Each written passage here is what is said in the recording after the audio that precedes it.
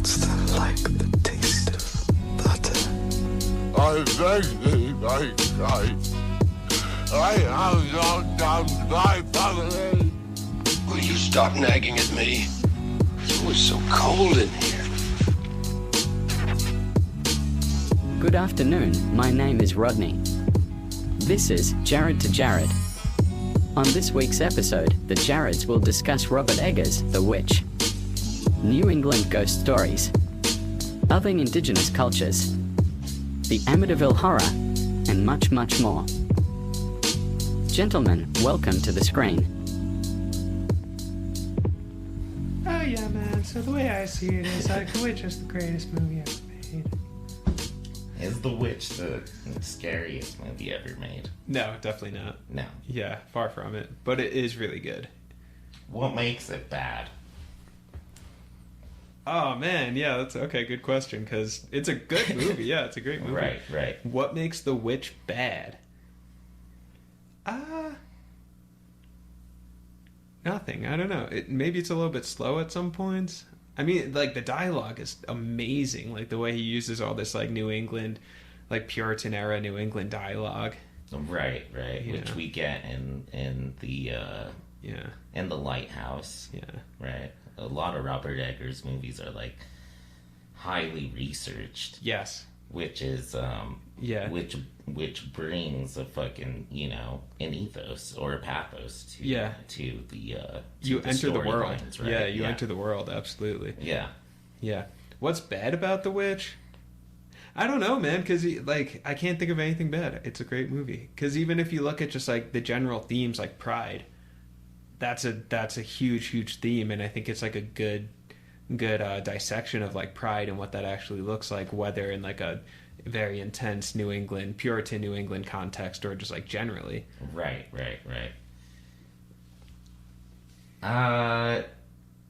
Is this why we don't accept it as much? Because I was watching CBS Sunday Morning today, right? Yeah, sure. Such an old man. And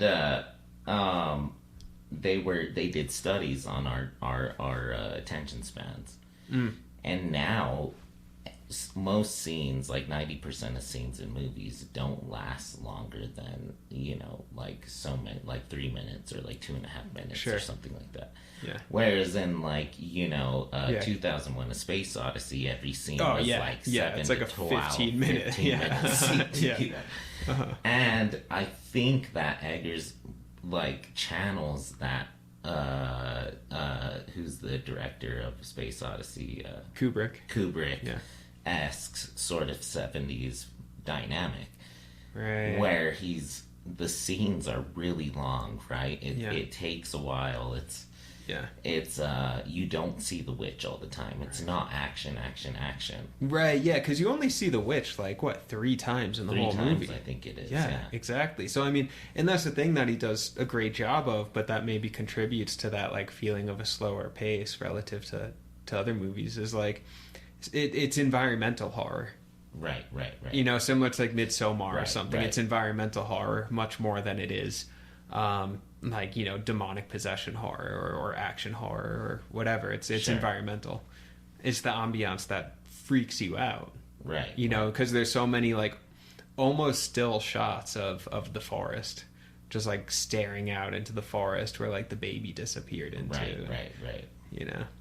The dark sublime. And we were talking about that is the I don't know if you want to get into the Pilgrims yet, but it's Let's about do it. Yeah. Let's do it. It's a lot of that movie is about the pilgrimage. And I brought up a point last night that you need some very mystical and very conservative belief system. Yeah. In order to take your family across the ocean into the unknown, where many of them will die. How long was the journey? Yeah, like multiple months. 6 months or something like that. Getting scurvy and everything. Yeah, crazy. And then to set up a colony in a place where there's Native Americans, they didn't want you there. Whatever. There was beasts. There was like we think of America now, we can go fishing or whatever. Right. You couldn't just go fishing back then. Like in the wild, you get your face torn off by a bear or a lion. Because there was no, like, animal control. Yeah. There wasn't, like, these mass events during the, you know, Gangs of New York era where we killed, you know, 50,000 bears or, you know, 100,000 wolves. We almost made them extinct or whatever, you know. Yeah. This was a place that was very much still Mother Earth's. Yeah. You know, it wasn't a human being's place. Right. And the recreation of the witch, she's very earthy, right? Yeah, exactly. Covered in mud, she's naked out there in the woods. Right. And she's, even the blood of the baby, it's the blood of youth, of the human of the earth, right? Right. And we had to create these witch stories, and the pilgrims had to abide by this crazy standard that Jesus was their savior and their comfort. Yeah. Because there was no comfort. It was a fucking wild expedition. Yeah. Right? So. Yeah, exactly. Like, why would you do that? You know, most sane people stayed in England, you know, or whatever. Like the mother says, I want to go home. Yeah, exactly. Yeah. We will tomorrow by candlelight. Yeah. And then she's like, no, to London. Like, I want to go home. Yeah. No, in America, I think, is a nation of crazy people, you know, because it's like everyone who's come here, because we are a nation of immigrants, you know, aside from the indigenous people are already here, of course, but like freaking crazy people, like to make that journey, to make that trek, like you're saying. I mean, that's something very deeply intense, you know. I mean, even immigration stories today, and there's reasons that people are you know, fleeing their countries or whatever, you know. I'm not like discounting any of that, like someone's reason for doing it, right? But it's an intense trek, an intense journey that takes, I think, a special kind of mind to push that and do that, you know, rather than just kind of like stay in your own country and, you know, maybe be more comfortable or whatever, unless that's not an option. But like, sure, you know, so we're all, you know, like, I think we're a nation of not just immigrants but wanderers. I was thinking that too last night, and you know, of course, there's the Native Americans who had to deal with our, you know, and still dealing with the oppression of, you know, white American government, you know. That being said, we are not just a nation of Native Americans. We're a nation that's been colonized multiple times. The Spanish, the Mexicans, you know, the Americans, the English, the British, the French in New Orleans, right? Yeah. So, but going back to our earlier discussion, it takes a bunch of, like, Cortezes to do these things, almost. You know, not a bunch of Cortezes per se, but a person that is willing to risk so much. Yeah. And this goes into the lifestyle, or, like, you know, the provisions that people in London had back then. Yeah. And there was still an aristocracy and poverty and, you know, starvation and everything. So, yeah, they wanted to come here, you know. Yeah. And it offered an opportunity, just like immigration today, right? Yeah. I picture it being a last-ditch effort for a lot of people, you know, where they were just, like, at the end of the rope, like, you know, totally unsure of what else to do, where it's like you either sink or swim, you know. I mean, this is a terrifying image, but the one that came to mind is like people in like the upper offices of the Twin Towers during 9/11 were faced with a decision where it's like, okay, I'm either gonna like jump out the fucking window or I'm gonna face this fire, right? And a lot of people chose the window. And it's like, you know, the window, you're obviously like, you know you're just going to your death. That's it. But it's like kind of a similar thing, like these, you know, whether it's poverty or whatever hyper extreme situation, you know, if they're being persecuted for their puritanical beliefs, because Puritanism wasn't like accepted in England. Like the Puritans were seen as like the way we view like Christian fundamentalism now. It's like, you guys are fucking nuts. Like they weren't like accepted into like mainstream English society. Fact. They were all Protestants in England. Yeah, they were like, which is like relatively tame, you know. Sure. So the Puritans were like in like the extremists, right? So they felt, you know, we're being persecuted, like, so we have no other option other than to take this massive leap, you know. So it's like we're either going to face the fire of persecution or we're going to leap out the window and maybe land. And a lot of them landed, you know.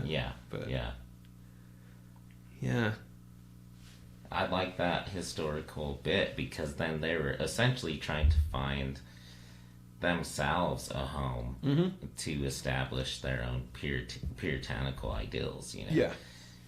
But still, to this day, we're all eating turkey, like celebrating Thanksgiving. You know, sure. these really wild, like, you know, crazy hat wearing people that were killing like innocent women because they're like, you know, calling them witches and and like you were saying, you know, it's also about feminism and like the disillusion of the female body and all this stuff, you know, the role of the mother. And it all goes into puritanical thinking, but on the other hand, these people were adventurers, right? You gotta respect that at some level. Their farms and Hagrid's, bring Hagrid, of course, and go start these weird colonies in you know, in a place that they could have done. Of course, so problematic, bringing disease and issues and hatred and trouble that all goes along with it too. So. Why? Oh man, okay. I have a couple of questions coming up. Let's go with the first one I thought of. But why? Something about that movie really like speaks to us. You know, like it hits a nerve. You know, and I think one of the nerves it hits is that this is a family that has been you know, rejected by the society. I mean, well, it's a sin of pride. He actually chose, you know, the Puritan colony actually says to the main guy, like, you know, you guys are going to get the fuck out, or you're going to admit that you're being prideful, and then you can stay, and, you know, you'll probably just have to say some prayers or something. And he's like, so he was actually the most extreme. So, okay, you have this Puritan colony. The Puritans left England because they're the, you know, religious extremists, so they come to start their own colony, right? And then this guy, do you remember the character's name, the father in the family? No. Okay, whatever. Anyway, that character, the father, he doesn't think the Puritans are being puritanical enough. Any of their names? Yeah, I remember the boy Caleb. But so the father doesn't think the Puritans are actually puritanical enough. Right, exactly. So then he launches out, you know, following the example of what's been done. He then launches out even further and then goes deeper into the wilderness, and there's isolation, there's rejection from the village, from this community, from the society. And I think that's a very precarious situation, you know, and that's where the witch arrives, is when you're in a state of deep isolation, when you're in the woods, you know, when you're by yourself without the support of the village. That's when the demons come in, you know? And start preying on you because you're vulnerable. And the wife has that really good quote that it was when Jesus went out into the wilderness that the devil approached him and like tempted him with food and riches. You know? Which is a weird, like, Christianic way to reject nature. Yes, yeah. You know, and just like within Amityville Horror and this whole trope about the Indian burial grounds and being out into nature, and the wife even says, this is just like Brother Jeremiah and his child who was demented by Indian magic, you know. It's a way to other the Native American body, you know, in persona and culture, and thus making it easier to exterminate them and kill buffalo and, you know, what I don't fucking smallpox and shit, you know. What I don't understand when you look at like what seems like a division between, like, I'll say indigenous cultures and non-indigenous, right? And I'm talking about like global, like you have like the indigenous, like Celtic people, Ireland, Scotland, who are like very much like one with the earth, all that sort of stuff. But then you have these societies like the Romans, the British, who are these like I don't know, very, very like separate from nature kind of views, and then all this fear around nature and fear of the wilderness and fear of otherness, all this stuff, right? What creates those two different types of societies, right? Because you had England and the colonists who were very like Enlightenment era, like logic, rationality. They're rejecting the feminine. They're rejecting, you know, they're rejecting wilderness, they're rejecting earth, earth is something to be conquered, all of that, right? And then you have, indigenous people here, generally North America, who are like living as part of the ecosystem, and like identifying that we're actually part of this interconnection and chain of events that is an ecosystem, and we need to live in balance with that in a way that's going to benefit us, ultimately us and the nature that we're participating in. But then you have these other people again who are just like, no, rape and pillage the land, we're going to just like, it's just resource extraction. Right. What creates those two different sort of spirits, those cultural spirits? Because it's weird, some cultures are very, very nature based, and other cultures just aren't. They're fearful of nature. What the hell happened in like England that they were so scared of wilderness? Do you think that we can boil it down to just fear? And there were some that were willing to take the risk to acquaint themselves with nature, be one with it, not conquer it, but live with it, through traditions, whether this is native Irish people, Scottish people, William Wallace, or freaking, Crazy Horse or whatever, and the Sioux Warriors, whereas we get these like Schwartz individuals in the human race. There's so freaking many of us, right? That we actually oftentimes get these individuals that live by fear. And it's irrational to go climb a rock face mountain and get eagle eggs or something like that when everybody's starved. You know what I'm saying? Like, it's irrational to like take these risks and to become one with nature and to dip your toe into a hot spring even though you think it might be like the devil's water or something like that, and the English, essentially what I'm saying, the English bunch of pussies. No. But the English they could be these like going out into the forest, it's completely bloody bizarre, and you create these religions that demify or horrify the woods, through fake, fantastical beings like witches, that keep people out because they're safer. But if you think about it, back in the day, it was a lot worse than now. Me and you, like we could go hiking right now in 30 minutes in Santa Fe, beautiful fucking. Deer or something. Back then, there was a big chance you're gonna get attacked or killed or something by an animal or something. It just was different back then. In order to protect the tribe, like we were saying, a lot of religions and horror stories are created in order to protect the tribe, Right. Yeah. Exactly. Whereas different cultures and different humans thought protecting the tribe was taking the chance, going out at night, hunting, at night, fishing at night, whatever, Yeah. I also wonder if it's just like the resources that were available, because in like Northern European history, England, all that area, it's like they found like iron ore in the ground. So then they were like, oh shit, if we mine the ground, like they were miners, they were like the dwarves of Middle Earth, right? They were like, if we mine the ground, we'll find some really useful stuff. And I feel like that maybe can like change someone's relationship to the ground itself, where it's like, okay, now if we like mine it and dig down and find this like precious metal, and we're still living in that tradition, getting like precious metals to make our iPhones and shit, fucking the earth, fracking, all this stuff. Like, I don't know, maybe that just changed the as opposed to like North America, where people were like, people were just like using stone tools, wood, animal parts and stuff like that. Which seems like I don't know, it's just a different energy than like digging down. It's the dwarves versus the elves, in Middle Earth. It's just different vibes. Now, I like this a lot because what they do with the forest to what we're saying, make people afraid to go to nature, to go to these traditions and religions that embrace nature, right? Yeah.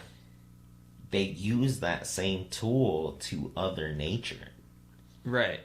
Then justifying mining and the, you know, the cultivation of Earth's, you know. Yeah. And then what do we get? We get a society of dwarves who are the richest in the world, and are like, Right. the Industrial Revolution happens, right? Right. And we're yeah. literally have been sucking the earth dry Yeah. of all of its fundamentals. Yeah. And one way we can other the earth, especially in a puritanical, you know, culture back then, is by literally making the forest like the home of the devil. Yeah. Yeah. And then it's okay to cut down trees. It's Right. okay to like reveal the witches and break into the holes of the goblins, right? Right. Exactly. Yeah. Break into the holes of the goblins. Right? I mean, Yeah, and the witch in the movie, she transforms several times into different animals, right?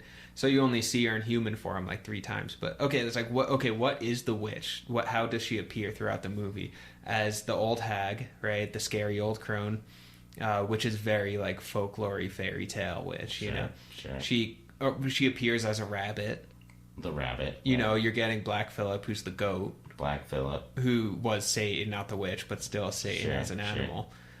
You're also getting her as this like hyper seductive woman, you Right, know, the beautiful woman. yeah. The cleavage. yeah, the beautiful cleavage woman in the woods, you And know. then the crow that's breastfeeding. Right, the Did you mention crow, that? yeah, that's breastfeeding. So it's all of those images are very, very, very earthy, right? I Very mean, even natural, right, very right. earthy and very sort of like moon driven, right? In the sense of like, if you think of like the moon lunacy, feminine, you know, the moon like tracks with like menstruation once a month, all these things, Sure, like, sure. you know, it's like it's this like, it's like the yang side of reality, you know, and then like, or maybe I'm getting it mixed up, but it's like, you know, it's, I'm just gonna go with that, the yang side of reality, and then you have the yin side of reality, which is like the masculine, you know, the logic, we know what's going on, we have this structure we can trust, Right. as opposed to like, you know, moonlight, dancing around a fire, kind of like dipping into the subconscious. Sure. And that's what horror is, right? I mean, the horror is the manifestation of our subconscious fears, right? It's tapping into like being a little kid and having a nightmare, and Right, you know, right. what is that, you know? Right, right. And think about this, like, I'm thinking about civilization, right? Nature had a civilization, Yeah. and what it was essential freedom Yeah. on the planet, right? Right. And we saw this and obstructed it. Right. And became the most, like, one of the largest populations of animals on the planet, blah, blah, blah. Yeah. List goes on. If we had a governmental system that was based upon nature's civilization, without government, without rule, you know, we hunt for our food, barter, it is what it is, you're in your village, you build your cot, you know, Yeah. it's nature, baby, you know. Yeah.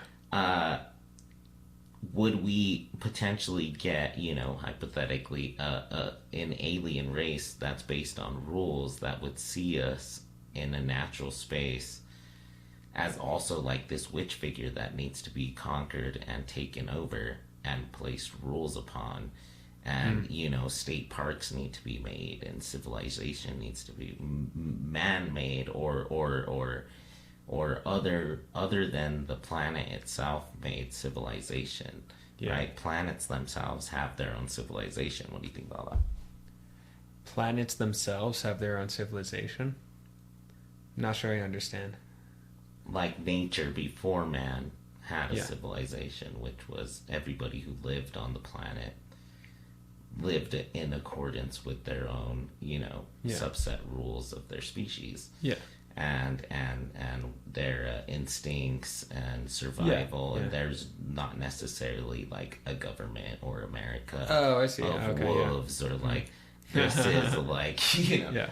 you know, whatever, Israel of lions or something like that. Yeah. You know, the civilization of, but that doesn't mean that there was no civilization. Right. There's still rule at the watering hole. Oh yeah, in the jungle. definitely, yeah. You know, Yeah, like packs of according dogs to have like a families. hierarchy, right? Yeah. Like the elephants, they grieve the dead, right? And like, it doesn't mean that nature was uncivilized. Nature had a civilization. It's man who has disrupted and changed what the rules of that civilization by putting rules and having a senate and having law books and a constitution, right? Right. Well, yeah, we just want things done on our own terms, right? I mean, I think it's fear and control, right? Because fear makes us want to control. The more scared we are, the more we want to be in control. And I think that's coming through a lot as well. You know, I mean, okay, yeah, and you said fear earlier, but what is it that makes us, rather than seeing ourselves as like participating in this pre-existing like earth realm civilization like you're describing, what made us see ourselves as separate from it and then have to have things on our own terms, which actually fucks us up constantly. I mean, just in my own life, I know when I get like neurotic and need to have things on my own terms constantly, right. That's when I get into like, you know, a hole. That's when I get into like, you know, life's not flowing, things aren't great. But then when I step back and I'm like, okay, let it allow life to take the form it needs to take, it ends up actually doing quite well, you know, and better than I can do it, you know. Yeah. And I'm in this process of like learning to trust life a little bit more and step back and let go of the reins and, you know, allow. I think each of our lives has its own intelligence, right? It doesn't always have to be me, you know, controlling everything, but if I step back, my life actually unfolds correctly. It has its own intelligence. The earth has its own intelligence, animals do, the earth realm civilization. Right. So yeah, I think maybe it's like fear and control that started that. And then, I mean, if you know, go back in history, I mean, okay, the British got fucked up by Rome. They were colonized by Rome, right? So maybe it's like who knows, maybe they're just projecting their trauma. The British got colonized by Rome. There was a Celtic genocide, you know, the Romans fucking destroyed all the Celtic people, and then, you know, maybe like a few hundred years later that trauma wasn't gone, so then they were carrying it forward and they were like, oh yeah, this is, now that we're in this framework of power and oppression, you know, you're either going to be the oppressed or the oppressor, so they're like, we need to go dominate now because we were dominated. Right. So then they come over here and they start fucking things up.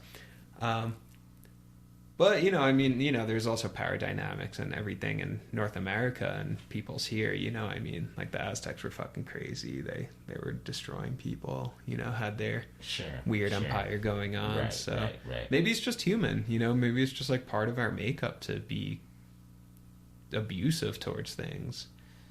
And we are ultimately of nature, right? Mm-hmm. We are of the earth. We're human beings. We came from the earth, you know? Right. Yeah.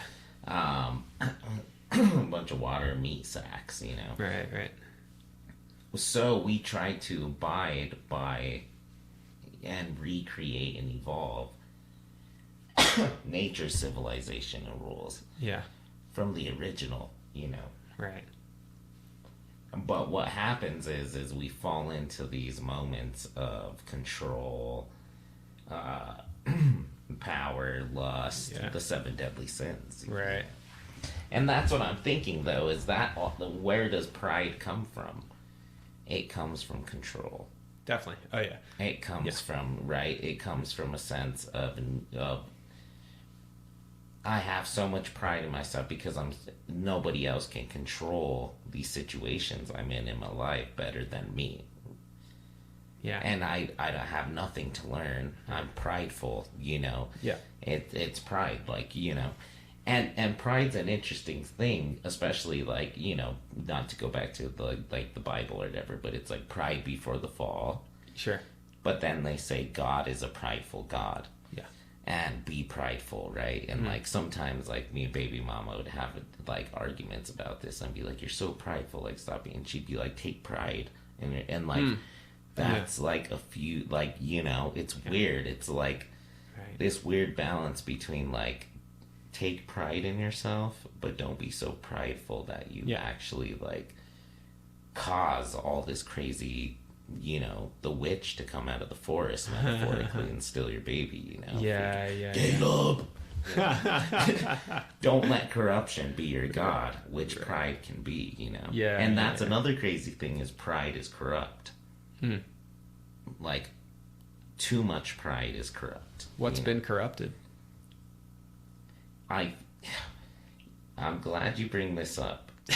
I really am, because like last night you're like, what did he say? And like, yeah, why he has corruption, that line. Yeah, the father, he says, and it corruption is thy. Wait, was it corruption is thy God thy or father. something? The father says corruption is thy father. Yeah. Oh, so he's corruption. Is thy father. Yeah, right. He's corruption Right. and he's pride. So pride corrupts. Like thy father could be God, right? Sure. His father is corruption, so thus him being corrupt, right? Yeah. And the world is a corruption as well. Right. And that corruption too, I feel like he was touching on, and that movie touches on a lot, and a lot of Robert Eggers movies touch on a lot, is disappointment.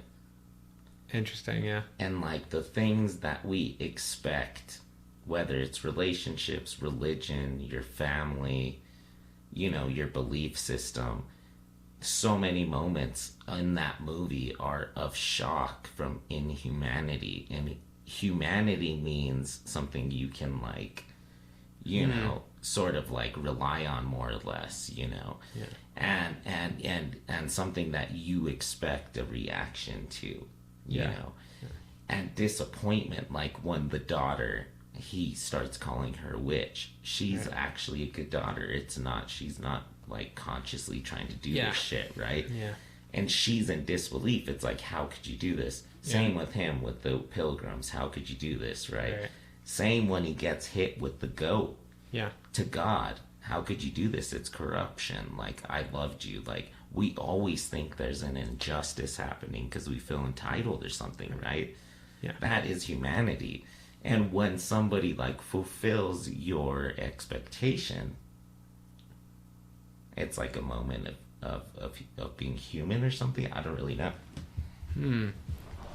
Yeah. Is it uncorrupt? Is what uncorrupt? Like those moments of like being fulfilled, your expectation being fulfilled. No, I think there's quite a lot of grace to life and disappointment. Exactly. Yeah. I think you're hitting on this. Yeah, like Chogyam Trungpa, he's the dude who founded Naropa University in Boulder, but he has a line where he says like disappointment is actually like very, very useful. It's something we resist greatly, but he goes, disappointment is a great place to be in terms of your maturation, right? Because it's like if you get disappointed, you get your ass kicked a little bit, and that cuts through your ego, that cuts through your pride, and then you find out, oh, I'm not the center of the universe. I'm not the protagonist of everyone's story. Right. I'm one of 8 billion, so disappointment is actually a very clarifying force, and it does help breed some humility, I think, right? That's not, it's not to say like constantly every day, be disappointed, but... And of course there was like corruption within the story, like the kids getting killed and stuff like that or whatever, but like from a macro scale, like what you're saying. Yeah, and if his sin the was things pride... that we think are unjust or corrupt, that was actually still a lesson from God. It's like, dude, exactly, regardless, even now you want to come back to the village, but yet you still don't want to just take your family. Exactly. Like, he's still prideful. You're still blaming your kids. You just boarded up your kids. Like, and that's the lesson in this. That's the moral, and it is a fairy tale, right? I mean, Robert Eggers has that note at the end before the credits where it says like, this is an extraction of a collection of folk tales and fairy tales from New England blended together, and he even does research into all of these, historical moments and legal moments, all these things, in order to create a new fairy tale. Or not a new one, a very old one. It's a recreation of a fairy tale. And what do fairy tales have? They have a moral. So what's the moral in this one? Get your head out of your ass, that's the moral. It's you're so prideful. Like you said, at any moment the father could have, you know what, this is this is kind of crazy. Like, we're going to go back to the village and I'm going to have to apologize for being a dick. Right.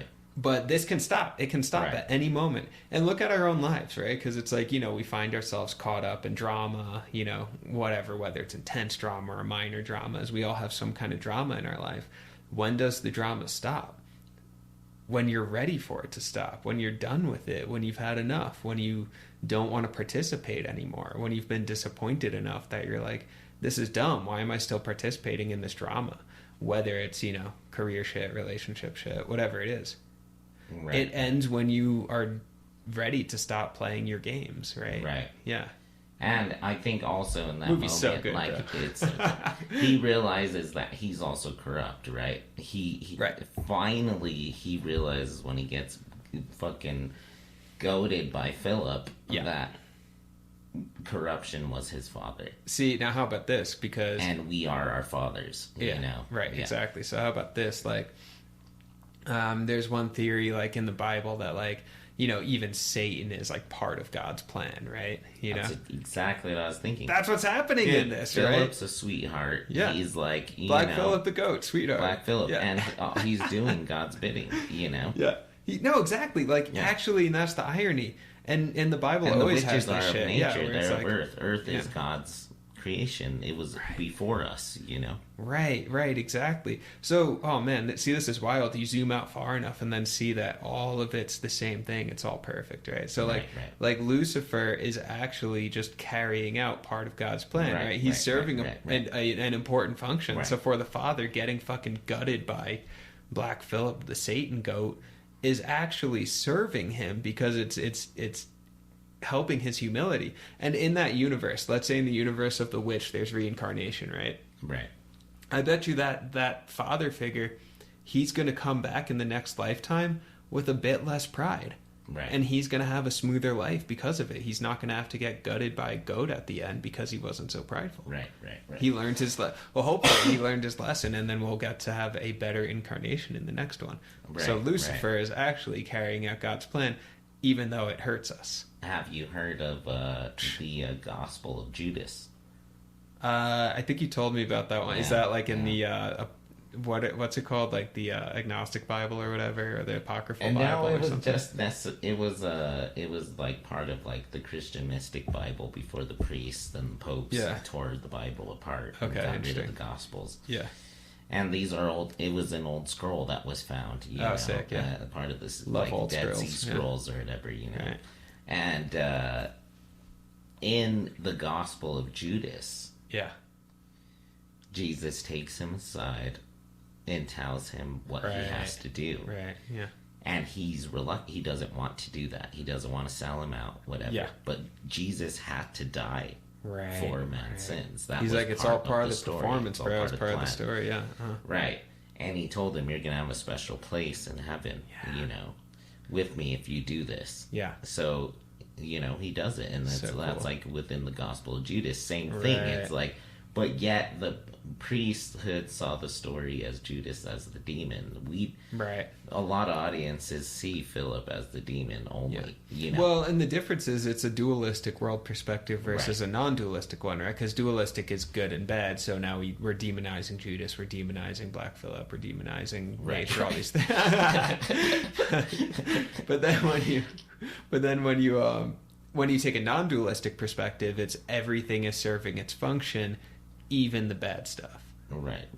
Which is hard for us to swallow because it sucks. It fucking hurts. Who wants to be, again, like gutted by a demon goat? No one. Who wants to be disappointed? Right. Who wants to grieve? Who wants to? No one, right? But then if you do have like a level of faith, which the Puritans apparently had, you're also working within this cosmology where there is like this deep sense of grace that like, no, this is actually, your life is fucking you up right now, but it has the potential of purifying your soul, Right. your spirit, Right. Whatever, waking you up, breaking through your Right. ego mind, however you want to describe it. I Yeah.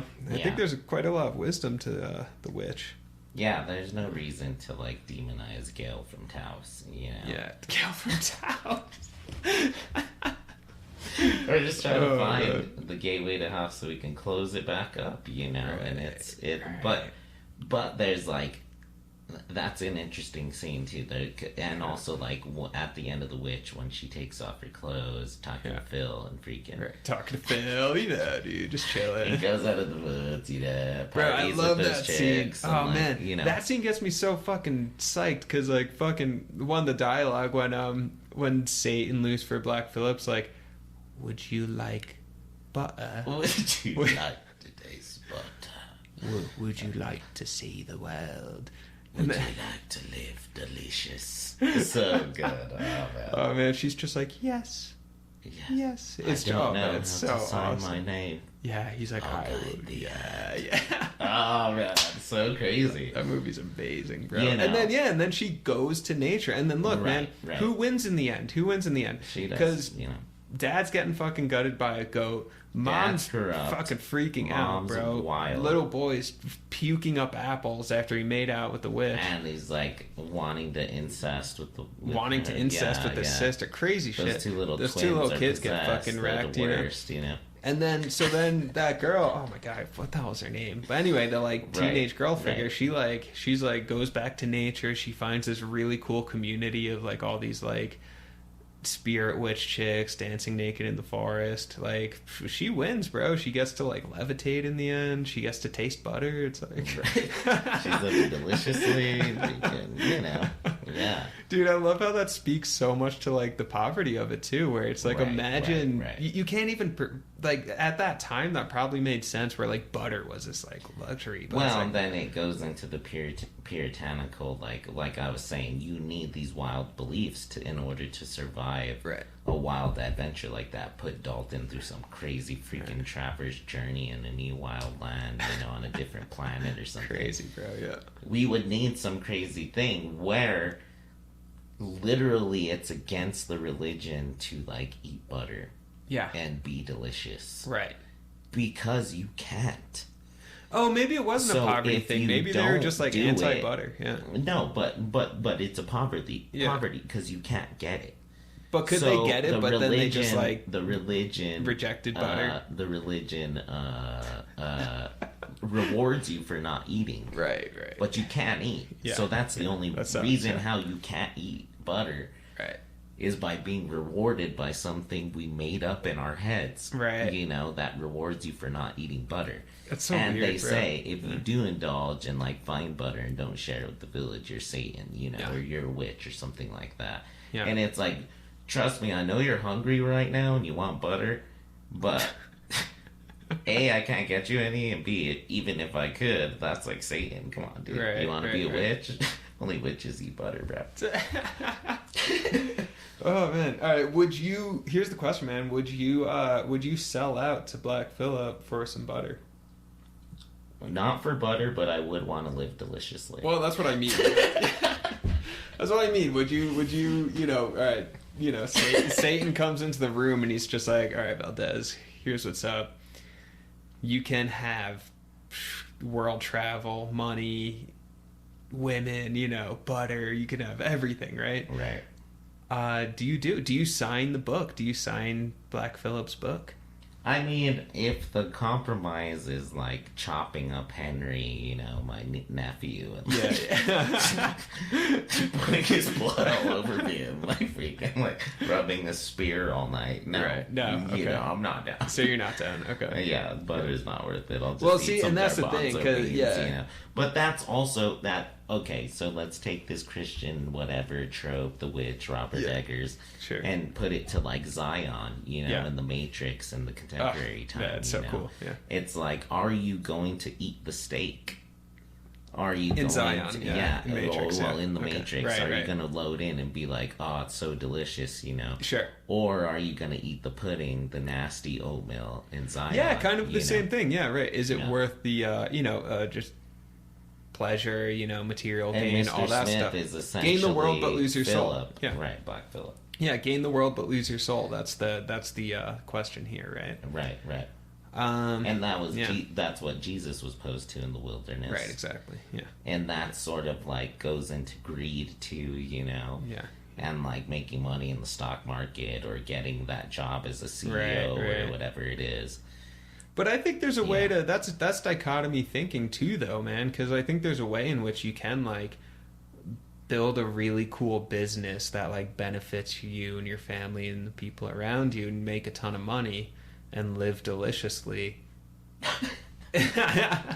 While also, eat plenty of you know, butter without selling your soul. Right, I think that's, you know, it's like, so, you know, can you gain the world or lose your soul? That's a false dichotomy. I think you can actually very much so maintain your soul while I think that's a puritanical concept, you know, gain the world. Do some people lose their soul to pleasure? Yeah, they do. Some people do. You know, it's like you're partying too much. You know, dude's like fucking blowing coke every night, loses his, and you've seen people like that. They lose their soul. You know, it's crazy. Like it actually just like, you know, it's like, oh my god, that person, like, actually, you look in their eyes, where are they? Scary. They lost their soul in exchange for worldly pleasure. So that does happen, but I also think it's a false dichotomy where it's like, no, you can totally like do really well and live pleasurably and all that, and, you know, live a healthy, awesome life, while maintaining, you know, your soul. Channeling Bashir. So for listeners, you may notice we're live now. Welcome to YouTube, Jared to Jared. This is the set. We're gonna do a few live episodes, as many as we can, while you're here in town for the next few weeks. And right now it's 7:20 p.m. and we're gonna consider going to Killers of the Flower Moon. It's time. We're gonna have an intermission now. Wait, hold on. What? It starts at 7:45? Yeah. Okay. Shit, we didn't even talk about Amityville Horror. I know. Let's have an intermission. We'll consider it. Ah, shit. Okay, wait. Just give like one thought on Amityville, and I'll give one thought, and then we'll go intermission. It doesn't even have to, like, one sentence, just like a takeaway from Amityville. Amityville, worst movie ever. One of the worst movies ever, for sure. I asked my dad if he had seen it, and he's like, "Oh, I saw it. Man, that movie was bad, man." Not a good movie. But it's if you want to watch a horror movie that is literally about a middle class suburban husband's fear. Fuck yeah, there's so much to say about middle class suburban life. Amityville Horror is your movie. It's a movie about. That's all it's about. Yeah. It's literally just a movie about a suburban dad going through like middle class money stress. Yeah. Yeah. No, it's great. And then actually, all right, just can we take like 3 minutes for Amityville? Okay, because there's actually like so much to say about like, okay, what's the deepest fear of like the father and the witch? That he can't provide for his family, right? That he's not a man. It's very emasculating. Right. And what's the constant fear in Amityville of like the dad and that he can't provide for his Long Island middle class family? You know, that he's like all this money stress. That's why they bought the fucking Amityville house, is because it was like half off because it was haunted. Right. You know? Well, it's the same that goes in with the witch. Why did he say no to leave the village? In pride, he thought he could care for his family the more, you know? Totally. It's about a father caring for the family. Same movie. They're the same movie. They're the exact same movie. Yeah. Northeast Horror. Northeast Horror. It's a New England Regional horror, bro. New England There's horror. So many things ghost here. Stories. There's so much. Yeah. Was there a later Killer's Moon? Because I have a lot to say. No, the last one was at 7:45. Okay, I'm going to propose something. Maybe we can do... Okay, because regional horror, Northeast Horror, New England Horror, Long Island, Amityville, that's all a thing, right? Also Long Island represent. Right. But then, okay, Killers of Flower Moon, that's going to be all like Southwest, right? Right. So... I don't know, maybe there could be something there, you know, where we look at like sort of like Southwest folklore versus like Northeast folklore, or like, you know, or similarities, what's going on there, you know? Right. Anyway, Amityville, so Long Island, also... Right. Okay, last thing I'll say, 'cause we should go, but it was freaking hilarious, like, seeing all the shots of them, like, driving around the street and stuff, because it was like, I grew up around, you know, those areas, so it was like, It was like, oh man, I could picture like my dad in 1979 just like cruising around in his patrol car and like Amityville. Dude doing a cameo, fucking with no shirt on and just Wranglers. Hell yeah, hell yeah. Oh man, the movie's sick. On behalf of the Jareds, thank you for listening. Follow and subscribe to the show so you never miss an episode. The Jays will be back next week, and always remember, humans did not weave the web of life, we are merely a strand in it. Whatever we do to the web, we do to ourselves. See you next time, now on YouTube.